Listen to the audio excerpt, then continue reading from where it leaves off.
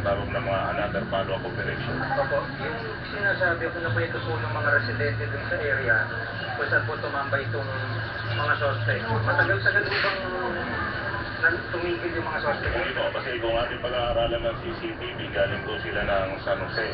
Ang boundary po kasi ng Bulak, from dun sa area na yun, napakalapit lang. Ano po, kaya makikita natin, hindi naman sila matagal na para bang lumampas lang sila, inunahan nila po yung Montero para pumorma na po sila. Para waiting lang po, kaya dun nakita natin, hindi po kapagalan ng kanilang game time. Sa ngayon no, ay ano ang pagsusunod na hakbang? Bali, sa ngayon po, ginagawa ng ating Philippine National Police CCTV po na napanood nyo, nakita nyo, pinadala na po namin sa Anti-Cybercrime Group para sino po ng enhancement at ma-find out na po rito, especially nakikita natin na M16 at saka yung field na katawan na suspect na hindi po yung motor para ipapakita na po natin sa biktima at same time kukuha na po kami ng mga asset para sa ganun po, yung mga asset namin sa mga nakakitawa natin witness ay matagpitas din natin at malaman at may mga kaso po tayo na operation. Maraming salamat po sa pagkakatan sa Police Superintendent Boy Hernandez, ang hepe po ng Santa Maria. Samantala sa ibang balita, hindi manilaan sa otoridad ang anggulo ng terorismo sa naganap ng pamamaril sa San Bernardino, Southern California sa Amerika. Sunod ang paglabas ng mga tao malaking stretcher, mga nilalapatan ng paulan-ulan sa kalsada, paika-ika pa ang ilan. Kasunod ito ng walang habas na pamamaril sa isang kasiyahan sa San Bernardino, California sa Amerika. Sa inisyal na report, itinaraos ang isang holiday party sa isang social service office nang namaril ang nasa tatlong gunmen. Ayon sa pulisya, ito na ang sinaguriang deadliest gun violence sa Amerika mula nang mangyari ang massacre sa Sandy Hook Elementary School sa Connecticut noong 2012. Agad tumakas ang mga suspect sa kairaw ng isang sports utility vehicle. Ang ilang tao ay na-escortan palabas ng gusali. Agad ikinasa ang malawakang manhunt operation sa mga suspect. Nagbahay-bahay ang mga otoridad sa lugar. Ang ilang sasakyan, siniyasa. Na-corner naman ang mga otoridad ng SUV na nauwi pa raw sa shootout. Agad naman namatay ang dalawang suspect na isang babae at isang lalaki. Nakasuot pa umano sila ng assault-style na damit. Nakadetain naman ang ikatlong suspect. Sa ngayon, hindi pa malinaw ang motibo sa pamamaril, pero di raw nila inaalis ang posibilidad na konektado sa terorismo ang insidente. Precious Zafra, Jimmy. At upay na ng mga otoridad ang pagkakakilanlan ng dalawang napalit suspect sa pamamaril sa Southern California ayon sa mga pulis. Kabilang sa mga dumalo sa holiday party, ang isa sa dalawang suspect na si Sayed Rizwan Farouk, 28 gulang at empleyado ng San Bernardino County. Namatay siya sa isang shootout kasama si Tashin Malik, 27 taong gulang. Posible raw na mag-asawa o kaya engage ng dalawang suspect.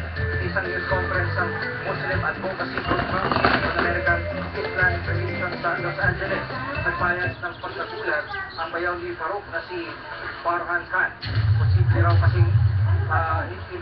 kasi na magawa ito ni Farouk. Samantala, inaalam pa rin ng Philippine Consulate sa ngayon kung may nasaktang Pilipino sa pangyayari niyan. Samantala, ilang Pilipino po na apektuhan sa naganap na lockdown sa lugar kung saan naganap ang pamamaril sa Amerika. Sa panayam sa telepono ng GMA News kay Josephine Mendez, inabot siya na may isang oras para kunin ang kanyang anak na nag-aaral malapit sa lugar na pinangyarihan ng krimen. May 18 dinigil daw ang nagpalipas sa oras sa restaurant ni Mendez dahil hindi makauwi agad sa gitna ng lockdown. Siya rito si Gloria Gomez na nagtatrabaho sa isang financial institution. Bakit daw sila Gomez dahil ng mga oras na iyon, hindi nila alam kung kailan natatapos ang lockdown.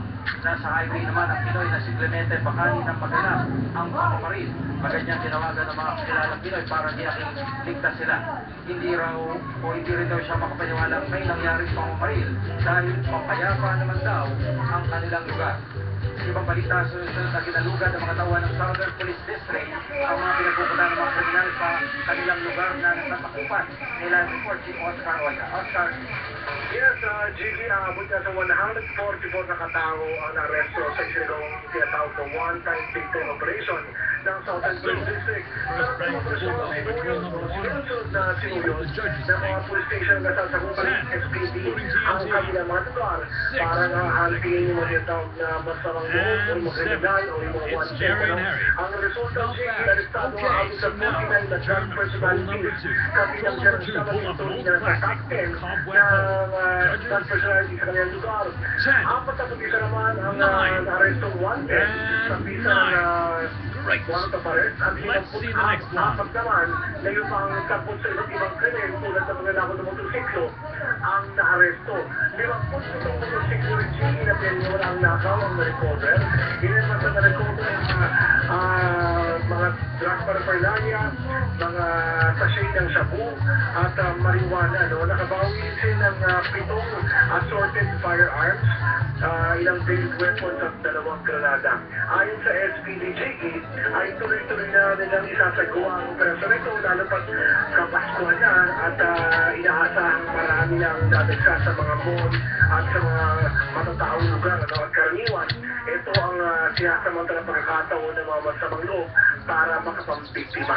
At maasilan na sa tuloy-tuloy nilang operasyon, mapabawasan ng krimen, lalo pa ngayong panahon ng Pasko. Sige? Maraming salamat, Oscar Oida. Sa punto ito, makakasampo natin sa linya telepono si Police Chief Superintendent Henry Ranyola Jr., ang Director po ng Southern Police District. Chief Superintendent Ranyola, magandang hapon po sa inyo. Magandang hapon din po, Gigi. Apa, dito po sa mga nahuli, no, saan po yung kumbaga concentration o yung pinakamarami na area kung saan nahuli po yung mga suspect? Ang pinakamarami po dito po sa Pasay City at meron po tayo ditong nahuling 13 personalities involved sa drugs, 11 personalities with warrants of arrest, and 34 other persons involved in other anti-criminality operations. Ha? Paano kung pinatay ko? Patay mo na. Operasyon na po yung ginawa, no? Paano po Patay mo ito, na. talagang tuloy-tuloy na po na susuyurin mo ng SPD, ito pong nasasakupan po ninyo. Opo, ito po ay sa direktiba ng ating SILGF, ang ating CPNP na magkanda po regularly ng ating one-time, big-time operations. Ito po ay deliberate operation targeting wanted persons, yung ating pong top 10 most wanted persons, 11 persons with Now warrants of let's see arrest, the next prank. and those top 10 drug personalities. And particular attention is also given to loose firearms. Kaya po, lahat po ng ating special unit, yung aming anti... Lama mo yung tulol to. Sino kasama nila? Tingnan rin lang sila?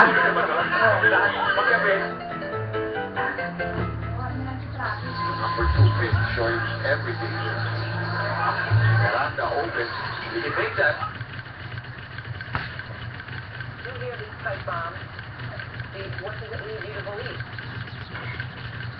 I think the Boston, the Barnaya brothers, Yung mga mahuli dahil na marami po ang nasalitaan pa ng ating mga top 10 most wanted persons. Ang nahuli po natin ngayon na sa top 10 sa top 10 na drug personalities ay Ayun, kaya na tayo parang katulong na. ang siyang po dito ay nakalista Nandun ka na. doon sa top 10 drug personalities. While nakahuli din po tayo ng 41 persons with warrants of arrest. Ang isa naman po dito ay yung number 6, most wanted person sa Muntinlupa, si Atadero. And sa kabuuan po ng ating operasyon, nakuha tayo ng 7 iba't ibang kaliber ng baril, 2 granada, at 12 assorted vehicle weapons. Annoying sound. Meron din po tayo One of the na-recover oldest na rolls. 57 Let's see. motorcycle. 9, 10, 8. Opo. The total of Maraming salamat po 73. sa pagkakataon at Let's see if tabayan this po double natin prank itong gets over gagawin niyo pa sa mga susunod na 10,000 operasyon. Si Police Chief Superintendent Henry Ay na? Jola Jr., ang Director po ng Southern Police District. Samantala, ang nakatulong si CCTV para mahuli ang sa mga suspect sa pang-upload ng birth. Congratulations. May live report. CCTV kumakinig. Maganda nga po na Chigi, isang technical consultant ng isang call center firm na ayos sa piniktima ng motorcycle riding in tandem criminals habang nag habang ang sasakyan at ang hatiang tapat noong November 30 sa kanto ng Quezon Hospital Land Street sa Quezon City. Sa Block City, nang nakakasang motorsiklo, ang designer pad na bisbit ng biktima. Sa kuha ng CCTV camera ng barangay Doña Josefa, mabilis na na-trace sa QCPD Galang Station ang escape route o yung tinakbuhan ng mga suspect. Pero hindi rin ito tatakip ng mga pulisya agad-agad ng oras pa nalipas. Muling namataan ng mga suspect sa Quezon Avenue. Sa pagkakataong ito, positibong nakilala sa sakyan dahil sa mga marking sa harapan ng motorsiklo. Dito na silang Jiggy dinakip ng QCPD. Ang driver pero ang cast nakataka. So that's guys. Ay sa suspect hindi niya alam na gagawa ng driver ng kanyang atas. Bigla na lamang daw itong inablo pag ng biktima. Tinuluyan Oh, sa double pahan pick. ang kaso ng Ikaw biktima ako. suspect. Samantala, Goodbye. pinagka